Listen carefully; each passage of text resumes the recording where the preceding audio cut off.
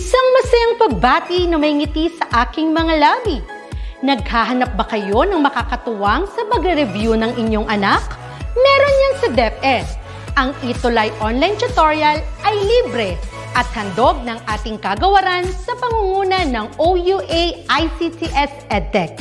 Ito ay isang proyektong makatutulong sa mga mag-aaral, katuwang ang mga magulang o kasama sa kani-kanilang tahanan para masagutan at maunawaan ang mga modules. Hangad din ng programang ETUlay ang matulungan ang ating mga guro sa kanilang mga blended learning classes. Ang ating ETUlay ay mula kinder hanggang senior high school. Bukod sa academics, meron din tayong mga special programs gaya ng All is Wellness, Reading and Math Remediation, Storytelling, Mommy Tech Talks, Classes sa Gramatika, Speech Class, Financial Literacy, at marami pang iba. Pinalawig din ng ETUlay ang ating Alive program para sa mga mag-aaral mula grade 1 hanggang grade 3. Gayun din ay mayroon tayong ALS program at SPED tutorials na makasisigurong makakamit ng lahat ang inclusive education. May SPED hotline na rin para sa inyong mga katanungan patungkol sa special education. Kaya, subaybayan mula Lunes hanggang Biyernes, mula 9:00 ng umaga hanggang 7:00 ng gabi ang ating ETUlay.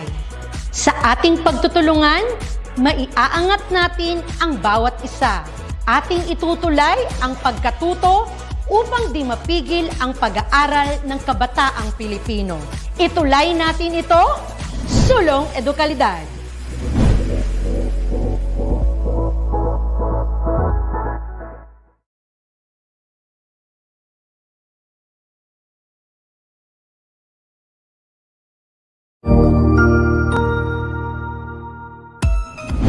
Mabuhay!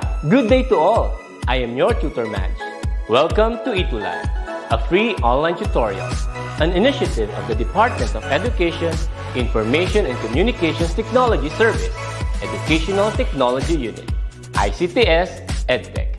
This program is aimed at helping and assisting learners from kindergarten, senior high school, ALS, Alive, and SPED learners. Aside from answering the modules, the ETUlay is offering programs which you will surely look forward to.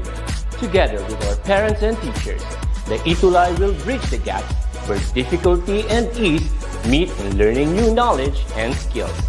So, let us prepare our modules, pen and paper. Ready your mind to see and hear worthwhile and interesting lessons. Let us now study and learn, together with our volunteer online tutors. Tara na!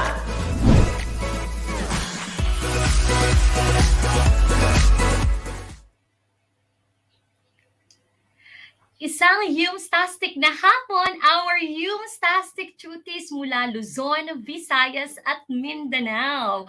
Welcome sa inyong DepEd ETUlay online tutorial program. Ito ay handog sa inyo ng ating Department of Education sa pangunguna ng DepEd EdTech Unit. At sa pagkakataong ito ay hayaan nyong samahan kayo ni Tutor A sa isa na namang makabuluhang hapon na kung saan kayo ay kailangang humanda o at sumamang saliksikin ang hiwaga ng agham, ang hiwaga ng humanidades at ng agham panlipunan. Nako, nabubulol-bulol pa yata si Tutor A. Masyado kasing excited si Tutor A sa hapong ito dahil last week hindi ko kayo nakasama. Kaya naman alam ko na nakatuto kayong lahat para sa isa na namang makabuluhang episode na pag-uusapan natin for this afternoon. Kamusta naman kayong lahat? Binabati ko ang mga estudyante mula sa senior high school na siyang nakadalo sa ating mga episode sa lahat ng mga kurso dito sa Humanities and Social Sciences last week at patuloy na sumusuporta sa lahat ng ating mga episodes dito sa DepEd ETUlay.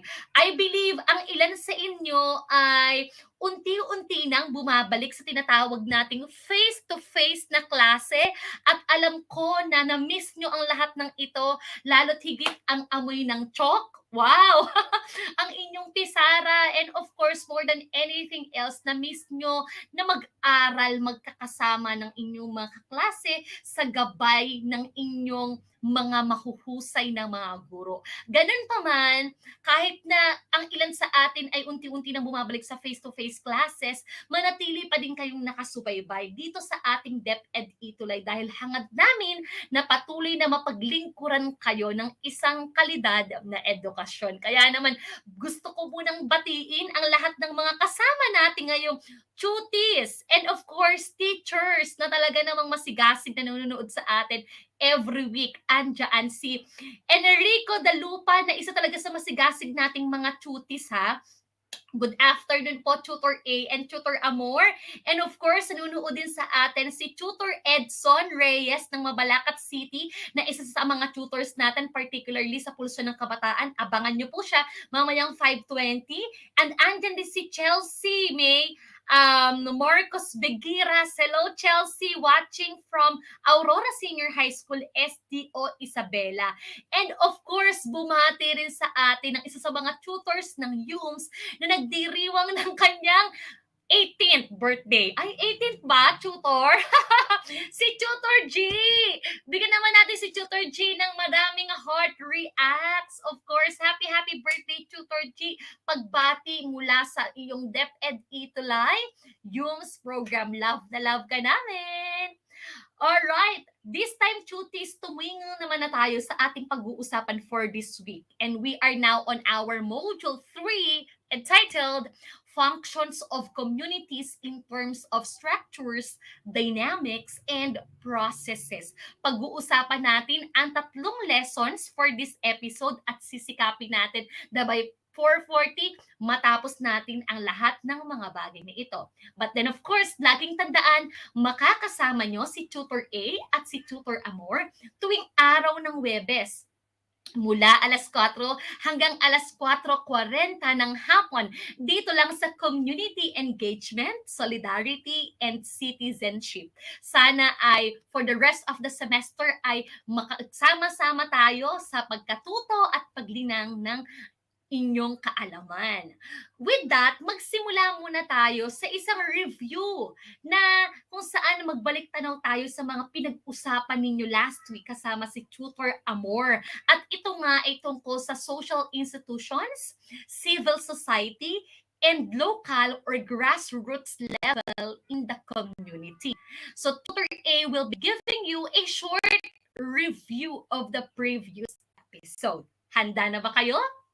For the directions, carefully read the following statements. Choose the letter of the correct answer and write the letter of your answer in your notebook to serve for your journal. And of course, dito naman ay pwede niyong i-share sa amin ang sagot by commenting your answer on the comment section. Alright? So I think you are all ready. With that, let's begin with item number 1. It is comprised of groups or organizations working on the interest of the citizens, but operating outside of the governmental and for-profit sectors. What do you think is the answer? Letter A, civil society. B, local or grassroots level. C, non-governmental organization. Or D, social institution. What do you think is the correct answer? If you want to share your answer, first type the item number, then the letter of your answer. Okay, come on, cuties! Sumagot kayo at huwag kayong mahiya na i-comment ang inyong mga sagot sa ating comment section dahil kasalukuyan nanonood din sa atin si Sir Kevin Sedi Garcia mula po sa Rizal National High School. Hello, Sir Kevin! At sa kanyang mga nagugwapuhan at mga nagagandahang mga estudyante na I believe kasama natin sa hapong ito. Maraming salamat sa iyo, Sir Kevin. At andyan din si Maria Angela Gamboa Espino. Sumagot na si Chelsea. Ang sagot niya ay letter C. Tingnan natin, Chelsea, kung tama ang iyong sagot. Well, the correct answer is letter A. Nice, right, Chelsea? Next, let's have number 2. It is a membership organization formed for providing welfare and development services to the poor. What do you think is the answer? Is it A, B, C, or D? Okay. So while I'm waiting for your answers, mag-shout out tayo ng mga bumabati sa atin sa hapong ito. Andyan si Alex T. Magistrado from Ocampo National High School, SDO Camsur. Andyan din si Daniela Marie Ramilio ng 12 Rona May ng Bartolome National High School. At ganun din nanonood sa atin si Ma'am Pamela Santiago. Hello Ma'am Pam mula sa Aliaga National High School. Magandang hapon po sa iyo at sa lahat ng mga kasama nating guro. At andito rin ang isang napaka-lodi natin na si Ma'am Hazel May Mercado Alamon. Hello Ate Hazel. Magandang hapon. Okay, so sumagot si Chelsea. Ang sagot niya ay D, social institution. Tingnan natin, Chelsea, if your answer is correct. Well, it's letter C, non-governmental organization. Let's move to item number 3. It is a social structures and social mechanism of social order and cooperation that govern the behavior of its members. What do you think is the correct answer? A, B, C, or D? Come on, cuties! You may type your answer now. Well, I believe tama siguro ang inyong mga sagot. Well, if your answer is D, you are correct. It is social institution. Next, item number 4. Let me read the question or the statement. It is the smallest social institution with the unique function or producing and rearing the young. What do you think is the answer? Is it education, family, government, or religion? Any answers from our cuties? Okay. Andiyan si Marian Claire Serafica. Good afternoon po from Bartolome Sanggalang National High School. Andiyan si Tutor Amor, tama ba ako? Ganon din si Giselle Aileen Mamaklay. Naku, magkapangalan pa tayo, Giselle, no? Magkaiba tayo ng spelling sa Aileen. Ayan, at andiyan din si Aldrin Gakules. Ayan, ako. Yes naman, Ate Hazel. Hello, hello. All right. So for number 4, ang sagot ni Chelsea ay B, si Marian then ay B, si Enrico ay D. The correct answer is family. Very good, cuties. Very good. And for the last item, last na tayo. It is the institution which solves conflicts that are public in nature and involve more than a few people. What do you think is the correct answer? Education, family, government, or religion? All right, come on, cuties. Well, okay. If your answer is letter C, government, therefore, you are correct. Okay, I believe that Tutor Amor really taught you that well last episode dahil marami sa inyo talaga naman ang nag-engage sa ating review of the previous episode. And with that, I'm so excited to introduce to you our new topic for this week. But then, let me share with you our objectives for today. At the end of this episode, the students should be able to identify the community structures, dynamics, and processes. Relate the functions of communities in terms of social, political, economic, and culture.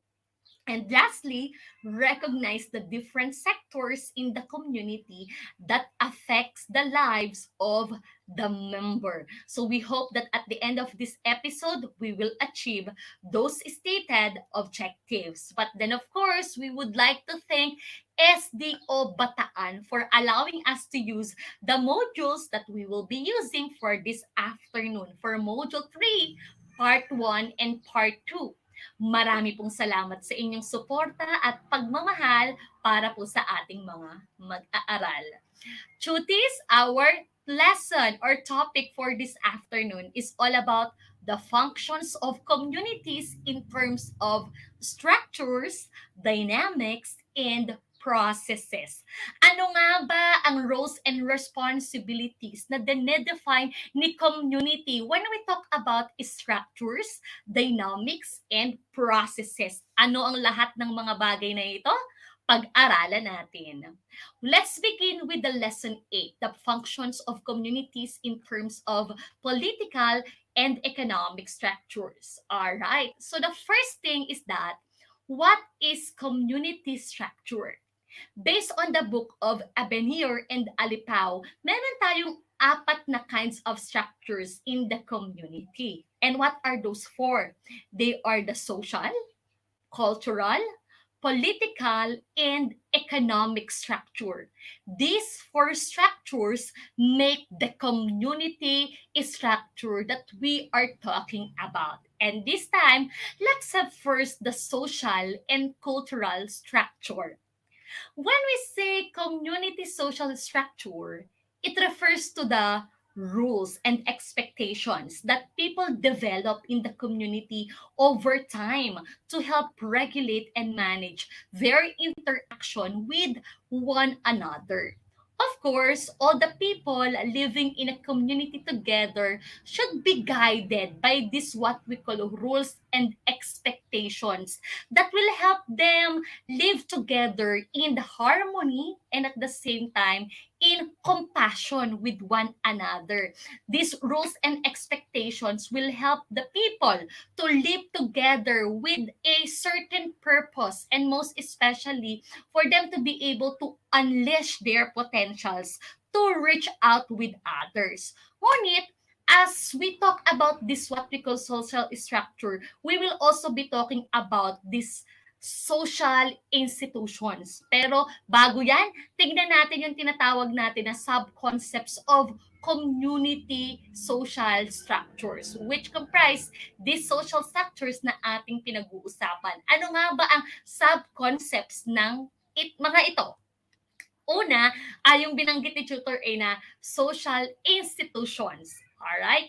These are established patterns of belief and behavior that are centered on addressing basic social needs of community, of the people in the community. So their primary goals, no, ay ma-address or maipagkaloob, maiprovide ang mga basic na pangangailangan ng tao. Okay. Ano-ano ba yung mga basic na pangangailangan ng tao? If you will see, these are examples of social institutions. We have this primarily our family, which is the basic unit of the community or of the society, tama? Wherein this social institution, the family, no, diyan natin nararamdaman yung sense of belongingness, yung love, okay, di ba? And then yung acceptance. Andyan din, of course, the social institution, the school that serves as that provides education for all the young people. Ang role ng paaralan ay hubugin ang kaalaman ng ating mga kabataan, lalo higit sa lahat kayo mismo na mga kabataan ng ating bayan. Andyan din ang ating healthcare service, tama? Na pinakamahalagang bagay na ma-secure ang mabuting kalusugan ng lahat ng mga mamamayan sa isang komunidad. At andyan din ang ating gobyerno na siyang nagpapanatili ng interes ng mga tao at inuunang maipagkaloob ang lahat ng kanilang mga pangangailangan. So these social institutions, when joined together, are able to provide the basic needs of every single person in a community, which refer to the health, education, the sense of belongingness, the love, the acceptance, the security, and safety. And we consider that as one sub-concept of community social structures by social institution. The second one is these social groups. This consists of two or more people in the community who regularly interact with one another. As we define social structures by referring to the interest or the basic needs of the people living together, Of course, sa isang komunidad, hindi lang tayo nag-iisa. Sabi nga sa kasabihan na no man is an island, hindi natin makakayang mamuhay mag-isa dahil meron tayong kapitbahay, meron tayong mga kaibigan, meron tayong mga kababayan o kabarangay at mga kakilala na siyang katuwang din naman natin sa pag-unlad ng ating sarili. And we call that as social groups. Pwedeng ito ang inyong mga kaklase, na siyang kasama niyo sa pagpasok sa paaralan or mga kaibigan na siya din naman kasama sa paglalaro or pwede rin naman yung inyong mga kabingo. Nako, ayan ha, yung mga nanay, mga lola na kailangan ng libangan, ito yung nagiging pastime nila or recreational activity para sa kanila. No? We call that as social group. The third one is the status. Position or rank a person holds in relation to other members of the community. So it may refer to the position, okay? Yung posisyon na ginaganampanan mo sa loob ng isang komunidad na ang status na ito ang status na ito ay maaaring na-acquire mo sa dalawang pamamaraan. Ang unang tinatawag natin dito ay the ascribed status. It is assigned at birth or is acquired in the course of one's life. So, karugtong mo na or kasama mo ng ipinanganak sa pagpapanganak sa'yo, itong status na meron ka na maaaring it has something to do about the charisma or I think the title that your family has from the very beginning. So, ibig sabihin na mana mo na itong status na ito na maaaring dahil sa inyong influence sa inyong community or maaari naman sa yaman na inyong taglay sa inyong barangay. So that is what we call ascribed status. The second one is the achieved status. It is acquired based on merit or accomplishment in one's course of life. So ito yung estado na na-achieve mo sa pamamagitan ng iyong accomplishment, sa pamamagitan ng iyong pagsisikap na dati ay ikaw pa ay ordinaryong mamamayan lamang, ngunit dahil ikaw ay nagsikap na mag-aral mabuti, no? Nagkatapos ka ng iyong pag-aaral sa kolehiyo, nakapasa ka ng board exam, and then ngayon isa ka ng enhinyero, isa ka ng ganap na guro. We call that as achieved status. The fourth one is role.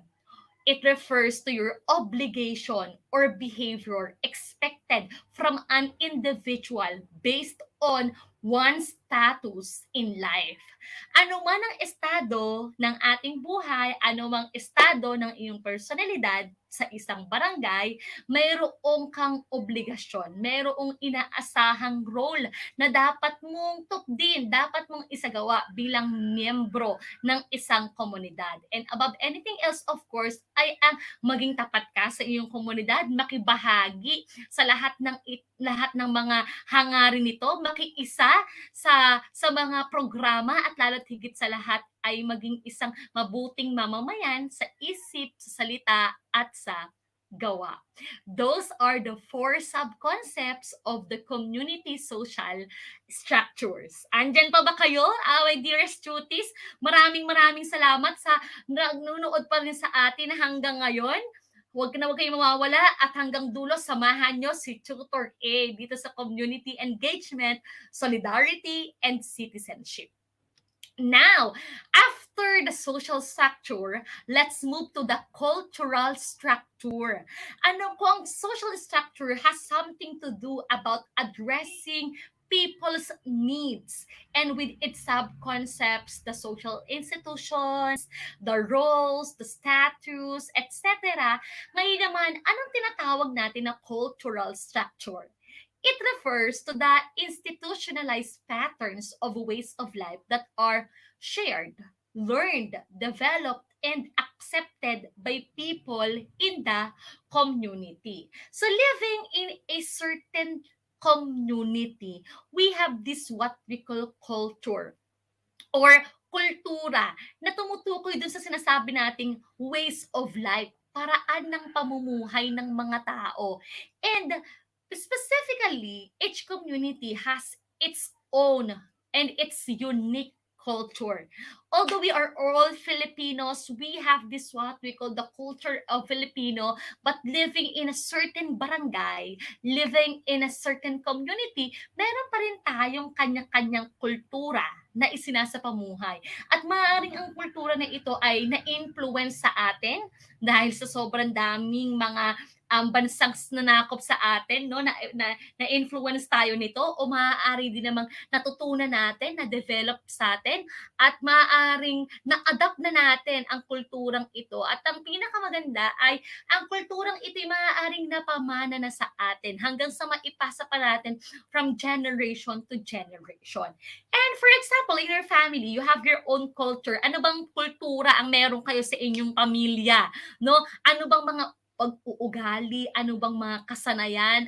Ano bang mga practice ang meron kayo sa inyong pamilya? Yan ay makukonsider natin na kultura. And to further discuss about this, there are elements of cultural structure. Meron itong elements at sisimulan natin sa symbols and language. Let's have first the symbols. Symbols are shared words, gestures, objects, or signals which people in community use to convey and develop recognizable meanings. Alright? So, pag sinabi natin symbols, we refer to something that could be an object or pwede naman signal na nagko-convey ng isang mensahe o nagbibigay ng kahulugan. So, example, sa isang wedding ceremony, it's very symbolical during a wedding ceremony to have this what we call ring for the couple or the couple ring. Ano ang simbolo ng singsing sa isang kasal? Okay, patingin nga, sa tingin nyo, ano ba ang simbolo ng singsing sa isang kasal? Ito ay sumisimbolo sa isang pag-iibigan daw na walang wakas. Nakatulad din naman ng singsing, no? Nakatulad daw naman ng singsing ay wala itong dulo at wala itong simula. Ito ay maglalast forever. Katulad din naman ng pagmamahal. So that is what we call symbols. At marami pa tayong symbols na makikitang nagpapahayag ng kahulugan, katulad lamang ng traffic lights. Tama ba ako? What else? Ano pang mga gestures or mga objects and signals na makikita natin that convey and develop recognizable meanings? We call that symbols. Are you aware of that? Meron ba kayong mga symbols na nakikita sa inyong paligid na kapag nakita nyo ay nangangahulugan or bibigay ng mensahe para sa inyo? Okay. Symbols and language. What about language? It is a symbolic system that allows people to develop complex thoughts and record and explain new ideas. We use language to communicate our thoughts, to communicate our opinions with one another. But when we say language, we don't just communicate by use of verbal words, no? We don't just communicate through written way, okay? Meron din tayong tinatawag na mga gestures at mga hand gestures, no? Na siyang tinatawag natin na non-verbal communication. So, ang pagtapik sa balikat ay isang form ng non-verbal communication. Ang pagtango, di ba, ay isang form ng non-verbal communication na kahit hindi tayo magsalita, ito ay mayroong kahulugan para doon sa iyong kausap. So that is symbols and language. So the second one, we have this what we call norm. Ayan. Andyan pa ba kayo, cuties? Okay, norm. And when we say norm, it refers to specific cultural expectation on how to behave in a given situation. In other meaning, when we say norm, it means typical, it means ordinary, it means usual. Parang isang ugaling pangkaraniwan na lamang. Sa inyong barangay, ano yung mga pangyayari na parang pangkaraniwan na masasabi mong, ganito na talaga dito. Nako, usual na lang yan. Nako, ordinaryo na lang yan. Okay. It is a norm na kapag halimbawang kayo ay nagpunta sa bahay ng inyong kaklase upang gumawa ng project or upang gumawa ng mga requirements or compliances nyo para kay teacher. Anong ginagawa nyo? Kayo ba'y nagmamano? No? Nagmamano sa inyong sa mga magulang ng inyong kaklase. Naku, madalang na yata yung mga kabataan ngayon na nagmamano sa mga magulang ng kanilang mga klase, lalo tigit sa lahat kung pupunta sa ibang bahay, ano?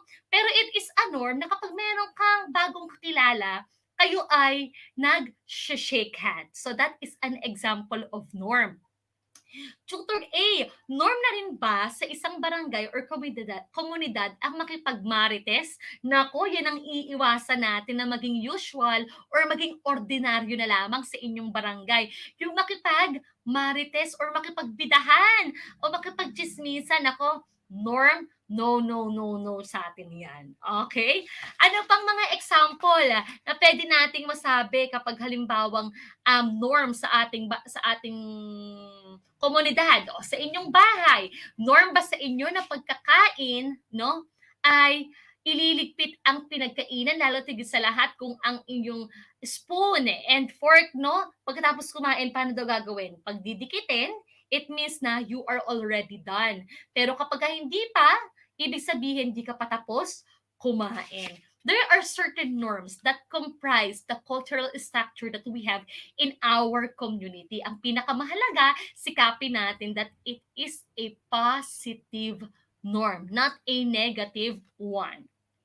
Next, we have the values. The abstract standards in a community that define the ideal principles of what is good, just, and desirable. Sa Tagalog, ito yung inyong mga pagpapahalaga sa buhay. At naniniwala ako that as Filipinos, we have a lot of values. Most especially when it's all about our family. We are family-oriented. Tama ba ako? Malaki ang pagpapahalaga natin sa pamilya. Ganon din naman, binavalue natin ang friendship or ang pakikipagkaibigan. Ibang gumawa ng pakikipagkaibigan ang mga Pilipino. Minsan nga, ang mga kaibigan pa natin ang mas tinuturing nating kadugo kaysa doon talaga sa sarili nating pamilya, right? But then more than that, we value what else? We value love, respect, integrity, patriotism, at madami pang iba. At sa mga kabataan, it's a good reminder na patuloy na pagyamanin nyo ang inyong mga buhay sa magagandang values upang sa gayon ay maipasa nyo ito sa mga taong nakapaligid sa inyo. Alright, next one is belief or beliefs. These are shared ideas of what is held collectively true by people in a community. Or sa Tagalog, ito yung ating paniniwala. Hello! Tayong mga Pilipino, ang dami nating mga paniniwala. Ang dami nating mga bagay na ina-uphold at sinasabing, ito ang katotohanan, ito ang totoo, no? But then, of course, in other words, ano bang mga example ng ating mga paniniwala? Meron tayong tinatawag na mga superstitious beliefs, di ba? Na sinabi nilang ganon, huwag ka daw agad diretso ng uwi sa bahay kapag ikaw ay galing sa burol. Ano pa? Pag daw nahulog ang kutsara or tinidor, ibig sabihin, meron pang bisitang darating. Ano pa ang mga common natin ng mga pamahiin, di ba? Na dapat daw ang magkapatid ay hindi pwedeng ikasal at the same year dahil ito daw ay sukob. Mako, mayaman ang mga Pilipino when it comes to beliefs at lagi na sinasabi, wala namang mawawala kung ikaw ay maniniwala. Well, let's see. That is what we call belief. Next, rituals. They refer to the established sacred or secular procedures and ceremonies that people in the community regularly perform. When I say rituals, they are not just associated with religious event, no? Pwede rin itong tumukoy dun sa tinatawag natin na mga oath of allegiance, okay? Pwede rin naman mga dedication ceremonies. Pwede rin naman ay presidential inaugurations, di ba? Pwede din naman ang kasal, ang funerals, and other more. But talking about the sacraments of of other religions, no? Meron tayong tinatawag sa Islam na Ramadan, na kung saan ang ritual nila dito ay nag-fast sila. Ibig sabihin, hindi sila kumakain for the whole duration of Ramadan. But it is also ritual when you turn 18 for the girls and 21st for the boys, kayo ay nagtuthrow ng isang debut or ng isang party. Those could be considered as rituals. At yun ay parte ng tinatawag natin na cultural structure. And the last one, we have these artifacts. Okay? Isa ang artifacts na reflection ng kulturang meron tayo sa ating community. Artifacts are any objects or things that have special meaning for people in the community. Okay? Dahil maaaring ito ay nadiskubre pa ng ating mga ninuno, na maaaring ito ay may kinalaman sa origin ng ating community, or maaaring may special na kahulugan in relation with the history of our community. And on your screen is an example of artifacts that is called what? The Manunggul Jar. Na di ba natagpuan ito sa Tabon, Palawan, if I'm not mistaken, no? What do we mean by this, what we call the Manunggul Jar? Okay? So kung malalaman natin at napag-aralan ninyo sa what to call this, iba ninyong mga subjects dito sa senior high school, ang ibig sabihin daw nito ay burial jar. Okay? At kung makikita nyo, merong two figures na nasa pinakatakip ng jar na ito. So the front figures, yung nasa harapan daw, it means the deceased man. Ito daw yung patay na tao na nakaupo, right? And then the other one that is holding the steering paddle, no? Siya naman daw, and directing the boat, no? Ito naman daw yung soul ng tao na namatay na yon after life. So that is an example of artifacts, the Manunggul Jar, which represents the what to call this, the burial jar. All right. So artifacts, values, beliefs, and the other elements that we have just talked about reflect the cultural structure. At ang lahat ng mga bagay na iyon ay mas higit na napapayaman ang kultura ng komunidad na meron tayo. And with that, we are done with our lesson 8. Yay! Nako, meron pa tayong mga kasamang nanonood. Andito pa si Rodalyn Meligrito. Good afternoon po, teachers from Bartolome, Sanggalang National High School. At ang dami din nating mga tuties na mga sumagot kanina during our review episode at mga katanungan sa kanila ni Tutor A. Kaya magpatuloy tayo. Now, let's talk about naman the political structure, okay? In terms of political and the economic structures. Let's begin with the political structure. When we say political structure, according to Abiner and Alipaw, it refers to the people's established ways allocating power and making decisions in running and managing community affairs. A certain community should be governed by rules, no? By certain laws. But then, of course, we believe that there are certain ways on how we could allocate the power, on how we could allocate or create the authority to run and manage community affairs. But then, when we say political structure, it doesn't mean that we only refer to our leaders. But when we say political structure, we are part of it. And we have been enjoying it as the citizen of our community. So with that, let's further discuss political structure by talking about its 4 elements. The first one is the political organization. At alam ko, relate na relate kayo dito dahil it pertains either to political parties or political groups in the community who engaged in political activities. And very timely sa panahon ngayon ay nakakakilala tayo ng iba't ibang political organizations dahil kasagsagan ang kampanya for national election. But then of course, hindi natin sila kailangang banggitin dito sa ating episode. Alam ko na familiar kayo sa iba't ibang mga political parties, political organizations, or political groups, and those are what we call political organization. They are very much engaged in political activities, and they are very much engaged, no, pagdating doon sa pag-i-implement ng mga programs, activities for the sake of our community and for the sake of our nation, for the people. Next, citizenship norms. It is a shared set of expectations about the citizens' role in politics. So, merong expected na role mula sa atin bilang citizen ng ating bansa, since we enjoy living together in our community. This is what we call the citizenship norms, na tayo ay nagpa-participate din naman in a political aspect of our community. And basically, it is to give our vote, lalo tigit sa lahat sa nalalapit na eleksyon sa Mayo na, tama ba ako? What else? Ang maging kabahagi, ang maging kaisa sa lahat ng layunin ng ating komunidad. At bilang citizen, it's very important to protect the interest of our community, dahil ang lahat ng mga bagay na ito ay para din naman sa kapakanan ng ating magiging anak at magiging mga apo. That is why it's very important na magampanan natin itong roles na ating pinag-uusapan, nang sa gayon ay ma-achieve natin ang progreso para sa ating bayan.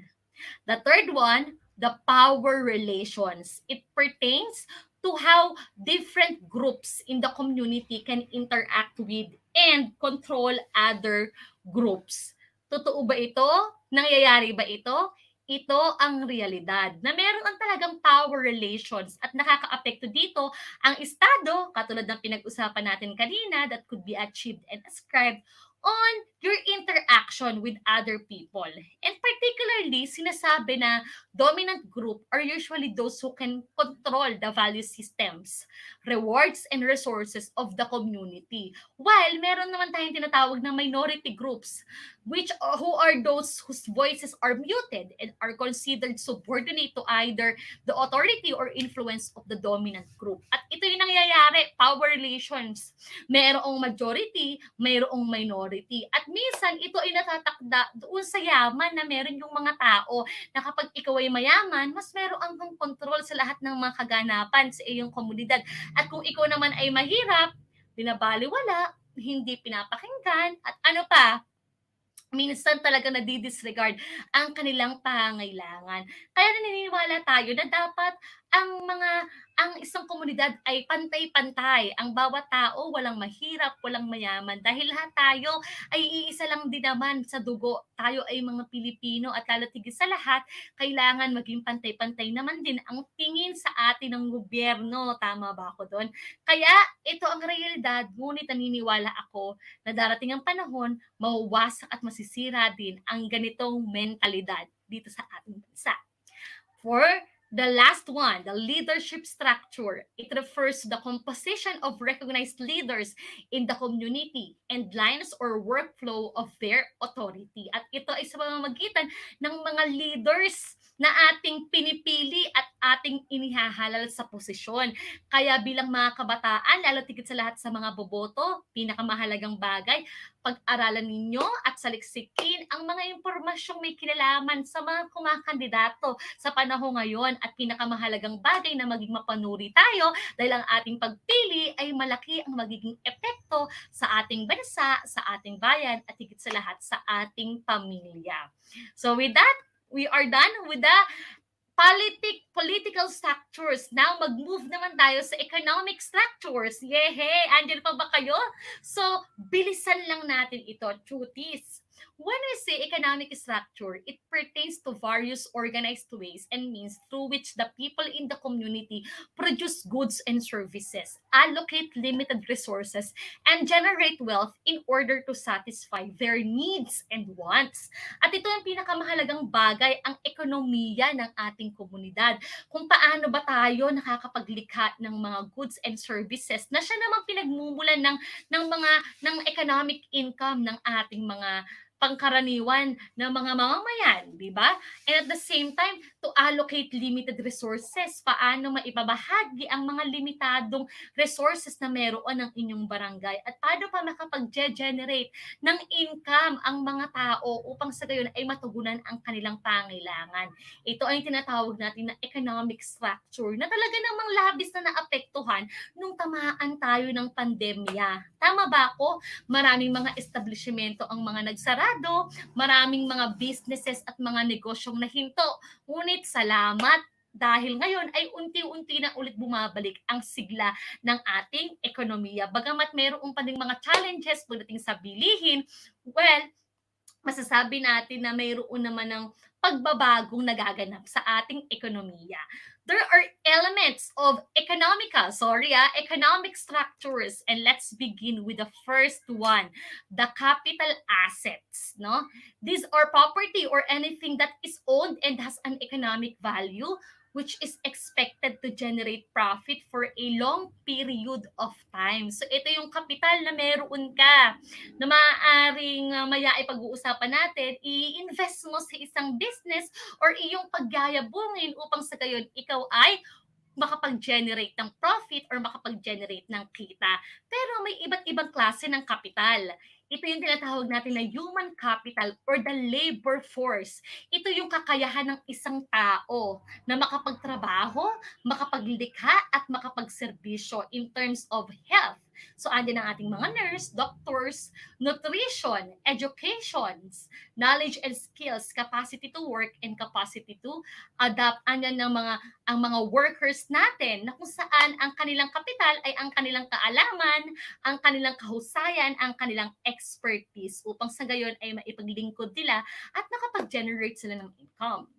The next one is the social capital or we refer to the networks and connections. Mas lumalago ang ekonomiya kapag ito ay may malawak na koneksyon. Pag meron itong mga kakilala na maaaring makapag-promote at magpapakilala ng kanyang business sa tao.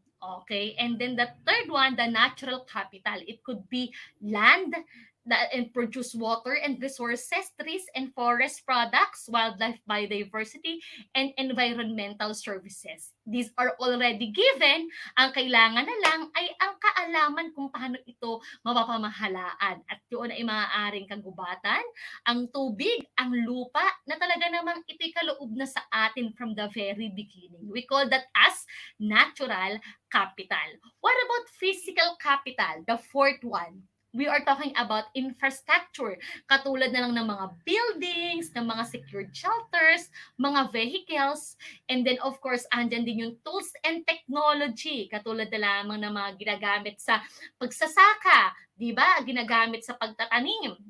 We call those as physical capital. And the last one, the financial capital.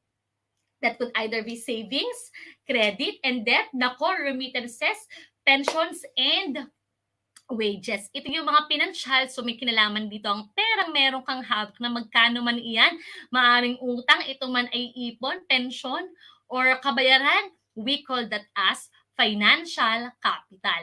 But then, of course, when we talk about economic structures, meron tayong tinatawag na term na vulnerability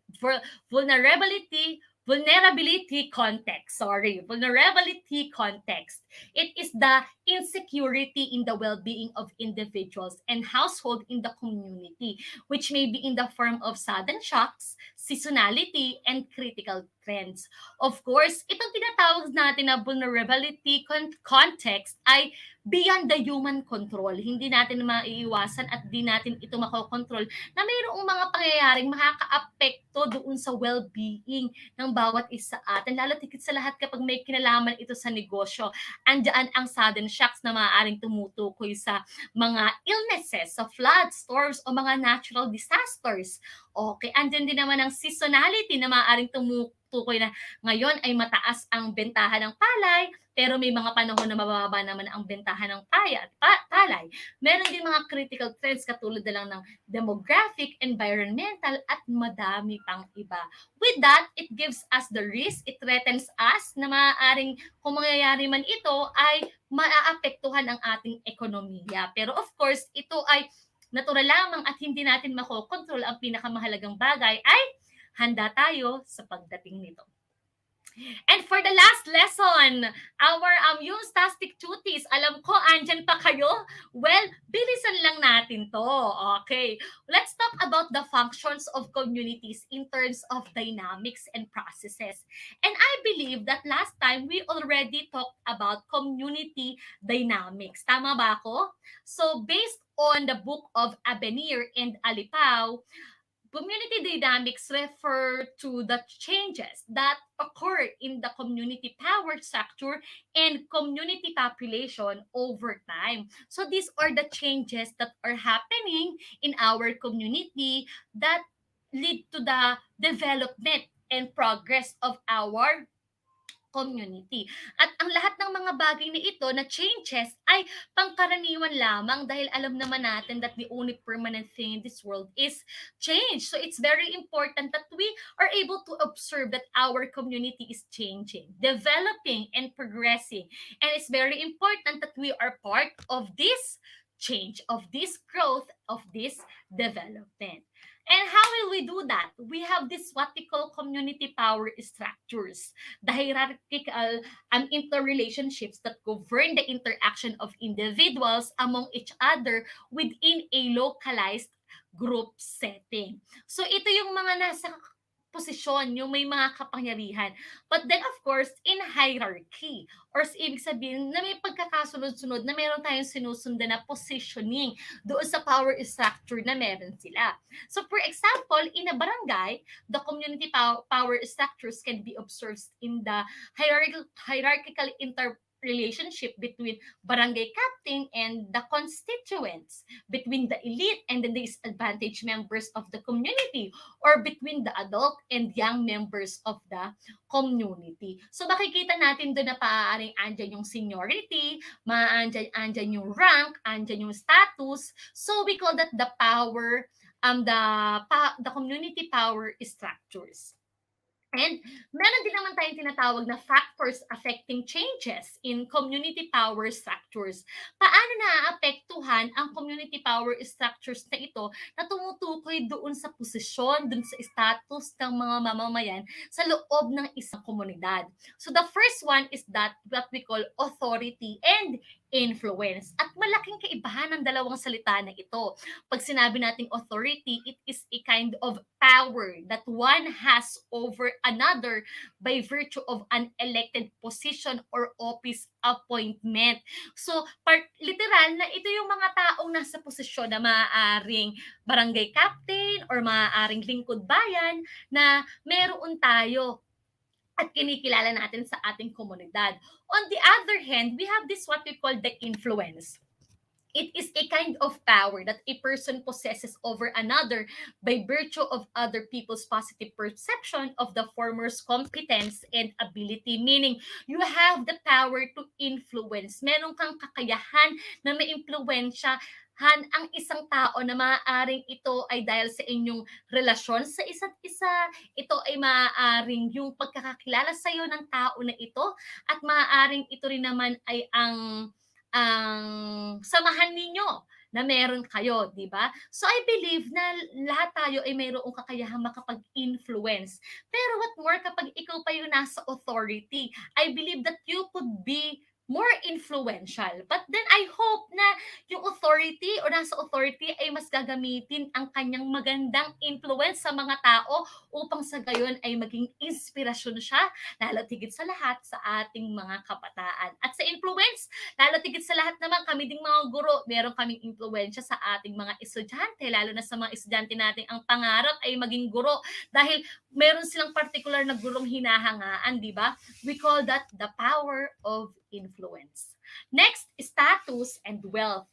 When we say status, it is an attainment of influence by virtue of family prominence, position held, past achievements, or personal prestige. So, naaapektuhan yung power relation kapag ka ikaw ay isang doktor. Okay, pwedeng kapag naman ikaw ay isang inhinyero, kapag meron kang mga achievements, ikaw ay na-recognize, so kilala ka, meron kang status na pinanghahawakan. Pwede rin naman na maka-influence ang wealth or yung tinatawag natin na yaman. Di ba? Nako, isang malaking bagay ito upang makapag-impluwensya ng tao dahil malaki naman talaga ang nagagawa ng yaman ng isang tao.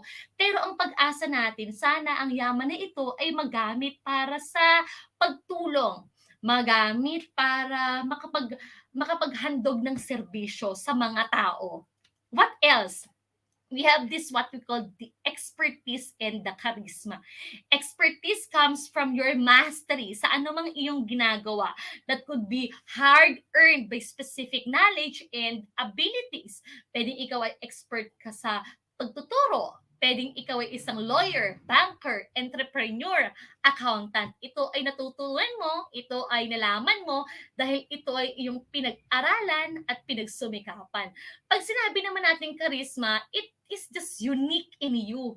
Meron kang dating, no? So anong mas matimbang? Yung expertise o yung charisma? Yung dating lang o yung talagang sigurado kang ay, ito nag-aral to eh. Ito talaga, meron talaga tong meron talagang basihan ang kanyang husay. Or doon sa may charisma na talagang meron siyang dating sa mga taong nakatingin sa kanya or nakapaligid sa kanya. And now, yung statistic duties, let's have the factors affecting changes in the composition of people in the community. At andyan ang fertility. It is the actual reproductive performance that can be expected of a person, couple, group, or populations during a woman's childbearing years. So ito yung kakayahan ng isang babae na magdala ng sanggol sa kanyang sinapupunan. So we call that as fertility. The second one ay ang mortality. It is the demographic process relating to death, often summarized by death rates, survival rates, and life expectancy. At ito ang kinatakutan ng maraming tao nang tamaan tayo ng pandemya dahil hindi natin alam ang virus pala ay andyan na at ito ay nagdulot ng kamatayan sa marami nating mga kababayan. And the last one is migration. It is the process of moving from one place to another, which could be internal and external. Nakasalukuyan sa nangyayari sa ating international happening, di ba? Nagkakaroon na ng migration sa pagitan ng Ukraine at ng Russia. Ipanalangin natin ang mga taong naroroon. So pag sinabi natin internal migration, it is the movement of people within only the same geographic area or region. Pero kapag ka external na, it is set from a national boundary to another. So we call that as migration, the internal and external migration. Wow, we are done. We are done with module number 3, functions of communities in terms of structures, dynamics, and processes. Alam ko medyo natuyo ata ang laway ninyo or parang medyo nabilisan kayo kay Tutor A, pero lahat na ngayon ay nagko-comprise sa ating Module 3. Kaya naman umaasa ako na kayo ay maraming natutunan kahit paano at kayo ay nakatutok sa akin hanggang ngayon. And with that, mabilisan lang, cuties, magkaroon tayo ng 3-item assessment. Simple lang ang inyong gagawin. Analyze and rearrange the letters to form the exact word inside the box, and you may write your answer on the comment section. Number 1, it is the attainment of influence by virtue of using one's money and material resources. What do you think is the correct answer? Pwede bang isagot nyo sa akin sa pamamagitan ng pagtatype sa comment section for item number 1? Hello sa lahat ng mga nanonood sa atin na 4,000 cuties. Wow! Ang dami natin yata ngayon ah. Alright, so if your answer is status, that is correct. Second, it refers to the actual reproductive performance that can be expected of a person, couple, group, or population during a woman's childbearing years. Nako, parang kasasabi ko lang yata nito ah. So what do you think is the correct answer? From those jumbled letters, you can form the correct answer. What do you think is the correct answer? If it is fertility, you are correct. Nako, nakahabol si Giselle Aileen. Hello Giselle, andyan ka pa. Maraming salamat sa iyong pagtutok. You are correct for item number 1. What about item number 3? It is a kind of power that a person possesses over another by virtue of other people's positive perception of the former's competence and ability. So what do you think is the correct answer? Well, andyan na pwede kaya nung hulaan yan. So if your answer is influence, you are correct. Very good. Yung Stastic Cuties, I know you got it all correct. Maraming salamat. With that, dito nagtatapos ang ating episode sa hapong ito. Manatiling nakasubaybay sa Humanities and Social Sciences program tuwing araw ng Webes mula alas 4 hanggang alas 6 ng gabi kasama ang inyong mga Stastic Tutors. Again, sa ngalan ni Tutor Amor, from SDO Nueva Ecija, ako ang inyong nakasama sa hapong ito na si Tutor A dito sa Community Engagement, Solidarity, and Citizenship. Samahan nyo kami muli sa susunod na linggo sa ganap na alas 4 ng hapon. And for your comments, suggestions, you may email us at edtech@deped.gov.ph. Maghanda na kayo dahil ang susunod na ay ang Discipline Ideas in Applied Social Sciences kasama si Tutor G at Tutor Reo. Magkita-kita tayo sa susunod na linggo. Maraming salamat at paalam!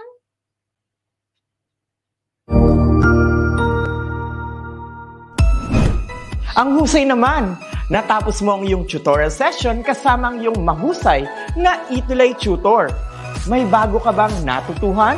I-share na yan gamit ang hashtag #ETUlayLevelUp. Huwag aalis ha dahil may susunod pang programa na pwede mo ring panoorin at salihan dahil naghihintay na ang iyong mga tutors. Happy learning dito sa ETUlay!